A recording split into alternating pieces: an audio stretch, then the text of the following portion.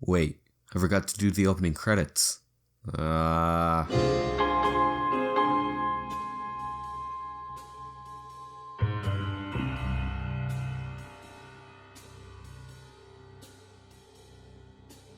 With No Time to Die coming out soon, hopefully, I've decided to review a 60s spy movie considering that we have recently lost Sean Connery. Deadlier Than the Mail is a 1967 British spy film directed by Ralph Thomas, who has admitted that he only did this movie for the money.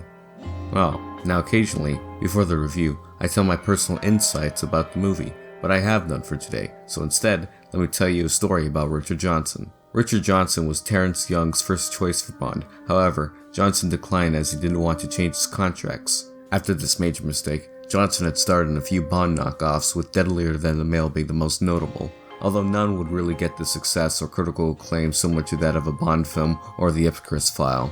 Deadlier Than the Mail was also a part of the Bulldog Drummond film series, which had a large number of movies, though none were too significant. To further add to the confusion, this was an original story not based on a Bulldog Drummond novel. Also, random fact, this movie was going to be rated X when it was first coming out, which is kinda funny as you can watch it on YouTube right now. Anyways, let's get this review started. On a private jet, we see oil tycoon Henry Keller portrayed by Dervis Ward. Additionally, we see this air stewardess portrayed by Elka Summer.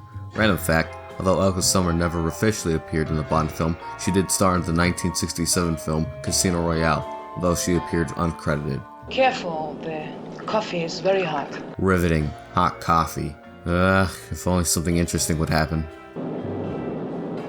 Well, we may be getting somewhere.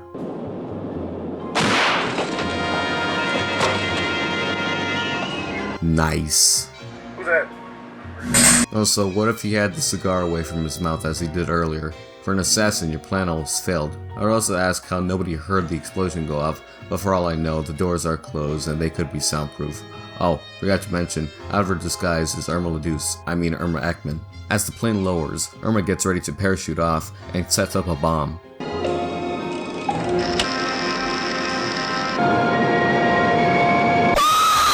The rest on board find out something is wrong due to Keller's door being locked. For all they know, Keller is giving the air stewardess a raise. With her parachute deployed, she watches the explosion. What kind of bomb were you holding that the plane vanished into thin air and turned into a small poof? On land, or more appropriately water, we meet Irma's partner in crime, Penelope, portrayed by Sylvia Koshina, driving a speedboat and picking her up. Funnily enough, the two would reunite in the 1974 Mario Bava film, Lisa and the Devil. The two head for shore. We see David Wingard, portrayed by John Stone, recording himself on a tape recorder containing important information. The girls arrive in their Honey Rider auditions with fishing spears instead of knives. Lovely day, isn't it? Are you Mr. Wingard? Yes. Right. Silly, Mr. Wingard. Very silly. Wow, that was bad. It's not as if she was dubbed by other actresses like in some Bond films. That's Elka Summer's real voice, and the ADR was done horrendously. Silly, Mr. Wingard. Very silly. Also, that gun was very clearly pulled by a string for dramatic effect. Anyways. I think you got the point.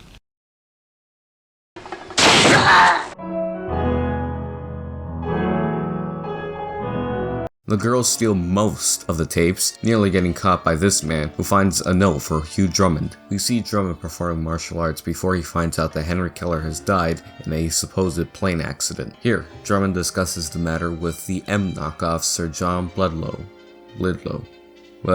portrayed by Lawrence Nasmith, who would later appear in the James Bond film Diamonds Are Forever. We also meet his secretary, or the Miss Moneypenny knockoff, Peggy Ashenden, portrayed by Justine Lord, although she isn't very significant, only to show off Drummond's suave.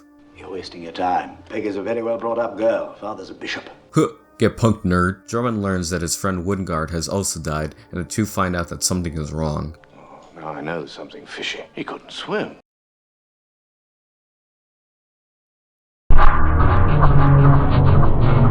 Therefore, Drummond is sent to investigate this situation. Do you know what I'll find round the Phoenician board table this morning? Nothing but a lot of happy, smiling faces. We see the board discuss the matter, where this man has a bad lip-smacking problem. £1 million? You'd seriously pay out £1 million of the shareholders' money when you don't have to? This man is Henry Bridgenorth, portrayed by Leonard Rossiter. We see that the board is divided over paying an unknown party, which offers a merger of Keller's Oil Company with the Phoenician Oil Company, with Irma arriving as a representative of said unknown party. She finds the situation stumped. I know, riveting, and action guaranteed. Leonard begins to talk back to Irma. Now, why not have him come up here himself? We'd all like to meet him. I'm afraid that would be impossible.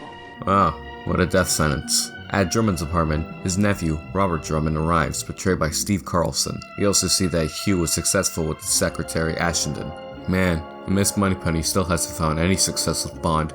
But then again, his secretary is not a toy. At Leonard's apartment, Irma waited for him to persuade him to change his decision. The only decision I'd be making is calling the police for trespassing. Oh yeah, what a romantic kiss. Let's get a slow motion close-up of that, yeah. Look, it was so romantic that there was a fly. Wait, no, I just realized there's a painting of a nude woman there.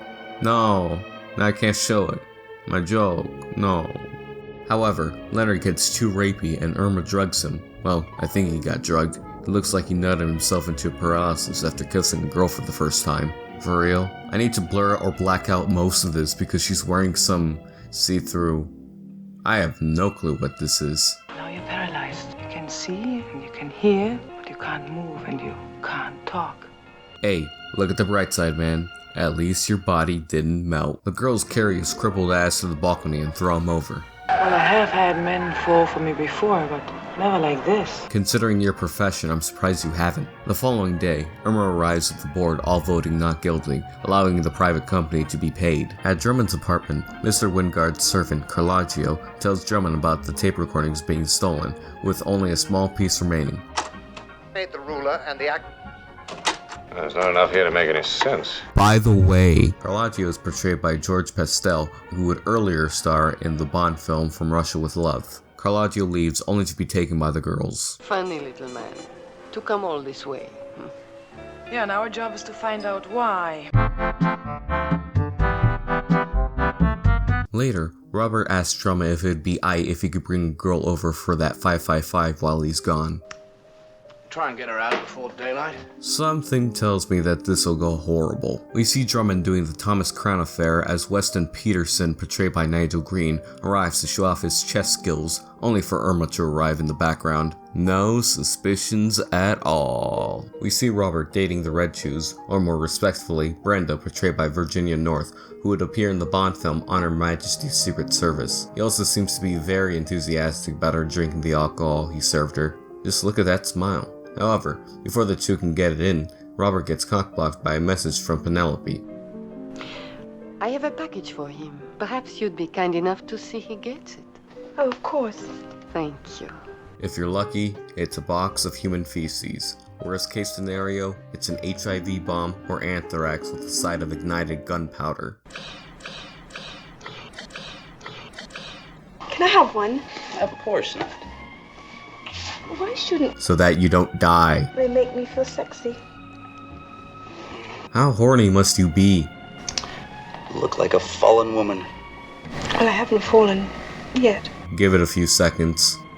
No, I promised to stay out this evening. She didn't need to shoot at me.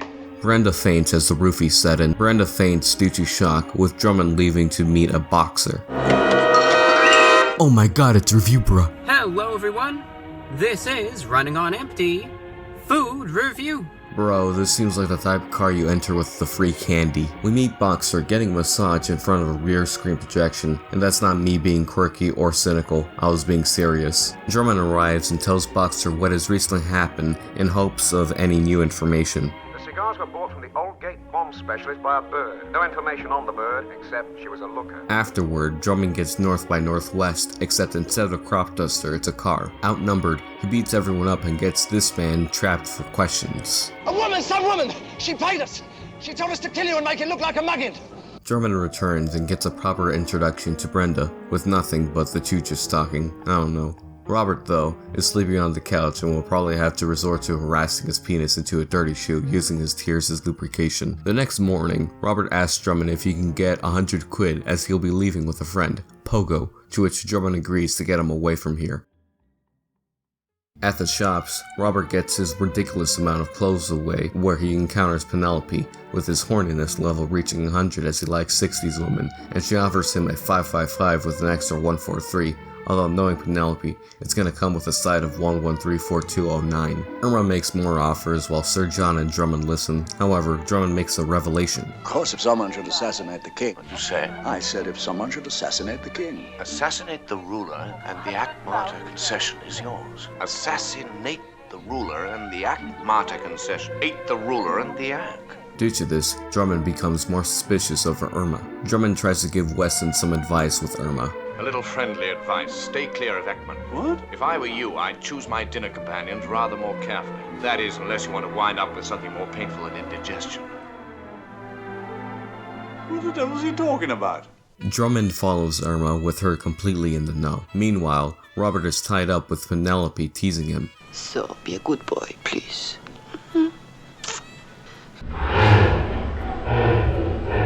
Irma arrives slightly annoyed with Penelope's untidy job and Penelope's borrowing. And I told you before not to wear my negligee. Oh, I didn't think you'd mind. I do mind. They'll be fine though, as they are a 477. Irma sets up a bomb and some foreshadowing. And that is mine too. Oh, sorry. Penelope, one of these days your light-fingered habits are going to get you into deep trouble. The girls leave as Drummond arrives to save his nephew, even if he looks like a Betty Page pinup. I didn't know you went in for this kind of thing, Robert.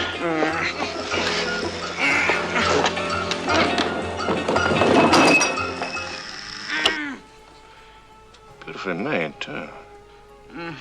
The women get away, with Drummond quickly arriving at Weston's office, is only to be stopped by the secretary. I say that's very rude. Ekman! Welp. Also, I'm no demolitions expert, but that explosion should have left more damage and would have killed both Drummond and the secretary. Afterward, Drummond decides to stay with his nephew on his friend's yacht trip, and discovers that his friend Pogo is actually King Fedra and that this trip will be beneficial to his mission. The two arrive, with Drummond moving into his former friend's Wingard's home, and sees a castle owned by a Carl Peterson, although Wingard's home has been ransacked by the girls. No. You can't stay here. I like it here. No. I want to stay here. You cercare È molto buono. Ah, sì? Magnifico. No, Now you prego. find somebody to bring the bags up and somebody to clean up, and don't worry, I'm eminently satisfied. After further investigation, the two discover that they have been spied on, but who cares about that? King Fedra has arrived. Oh my god, is that Lawrence of Arabia? On board, Drummond and Pogo discuss his risk of assassination. Later, Drummond gets a message from Grace, portrayed by Susanna Lay. Truly unusual considering that Drummond has done nothing of note. Or has he? But uh-oh. Two women with fishing spears swim up to Drummond's nephew. You're Robert Drummond, aren't you? I am. We're friends of Pogo's. He's giving a party. He sent us both to fetch you. Did he now? Nice false alarm.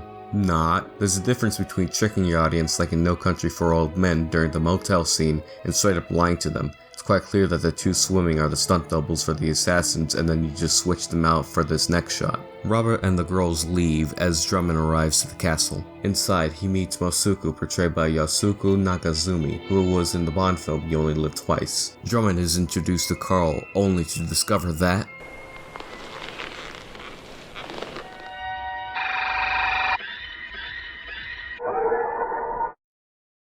oh my god, he's a clone!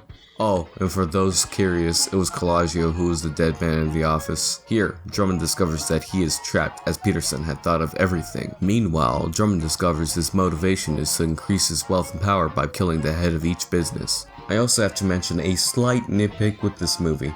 None of these characters really have any outstanding names, only simple ones that one may forget. I understand that this isn't supposed to be a completely ridiculous movie, but even for simple names they're quite bland as we only get their first names. The coolest name is, I suppose, Irma Ekman, but you won't exactly remember them in this genre when there are characters like this. My name is Pussy Galore.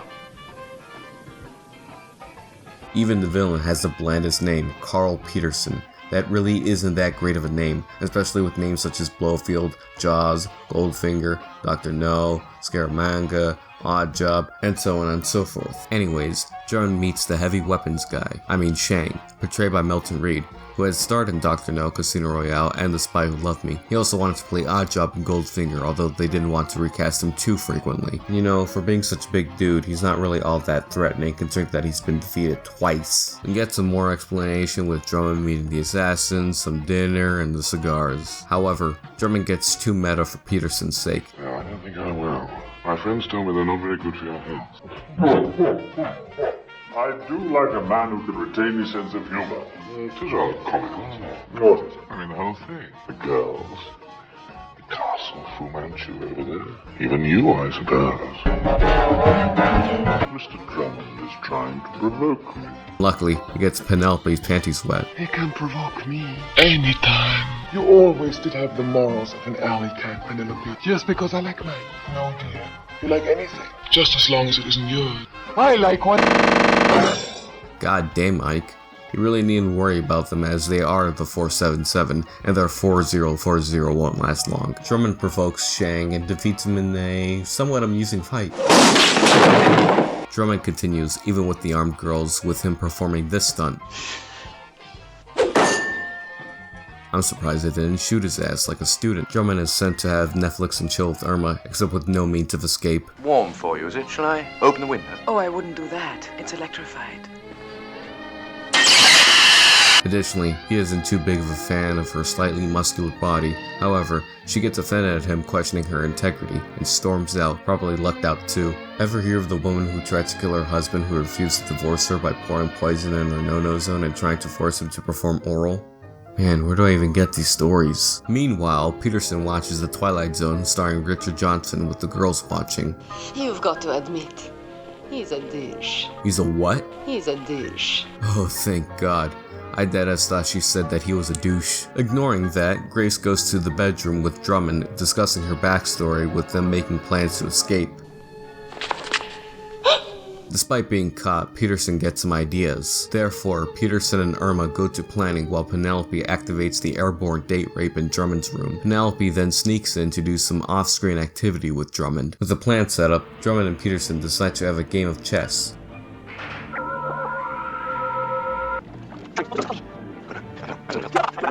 The two then discuss the ongoing plan, with Grace having the bomb on her unknowingly and the rest of the crew trying to trick her into getting as close to the target as possible. Oh yeah, the climax begins with Drummond going against Shang and Peterson while Robert tries to catch up and assist his uncle. Shang gets killed as we see the floor traps open like in the climax to Charade. Wow, you're just wow. The fight continues with Robert defeating this henchman and Drummond killing Peterson by trapping him. However, he gets into some female trouble. Robert arrives and the two drop the Asian girls into a black pit. There's a joke to be made, but I don't want this channel to be deleted. The two hurry to King Fedra's yacht to stop the explosion. Drummond captures the two remaining assassins, with them getting to the yacht to remove the bomb from Grace. Frustrated, Drummond decides to strip Grace into a slightly off-screen bikini, which changes from white to nude, with the woman getting away due to this fat, perfect guard. Meanwhile, we see this. Incidentally, where was it? In Xinjiang. Xinjiang? Well, you know, a false hairpiece up there. It couldn't be. It was nicer than mine, so I changed them over. Where's it now? I'm wearing it. You what? You know what? At least this recording will end quickly, as I have a lot of things to read. The Drummond save Grace as the movie ends. Well, that was a movie. Going to be honest with you, this movie isn't that bad. In fact, it's quite competent, for a Bond knockoff, that is. Sure, it's no action extravaganza, nor the IPCRESS file, but if you're a fan of 1960s spy films, this is actually a genuine recommendation. In fact, I had trouble writing this video, as most of my criticisms were only minor nitpicks and continuity errors that I usually try to avoid, as I want to be as objective as possible. Anyways, I'm giving this a 6 out of 10. Yes, I know, my first non-joke rating. Get the fuck out of here.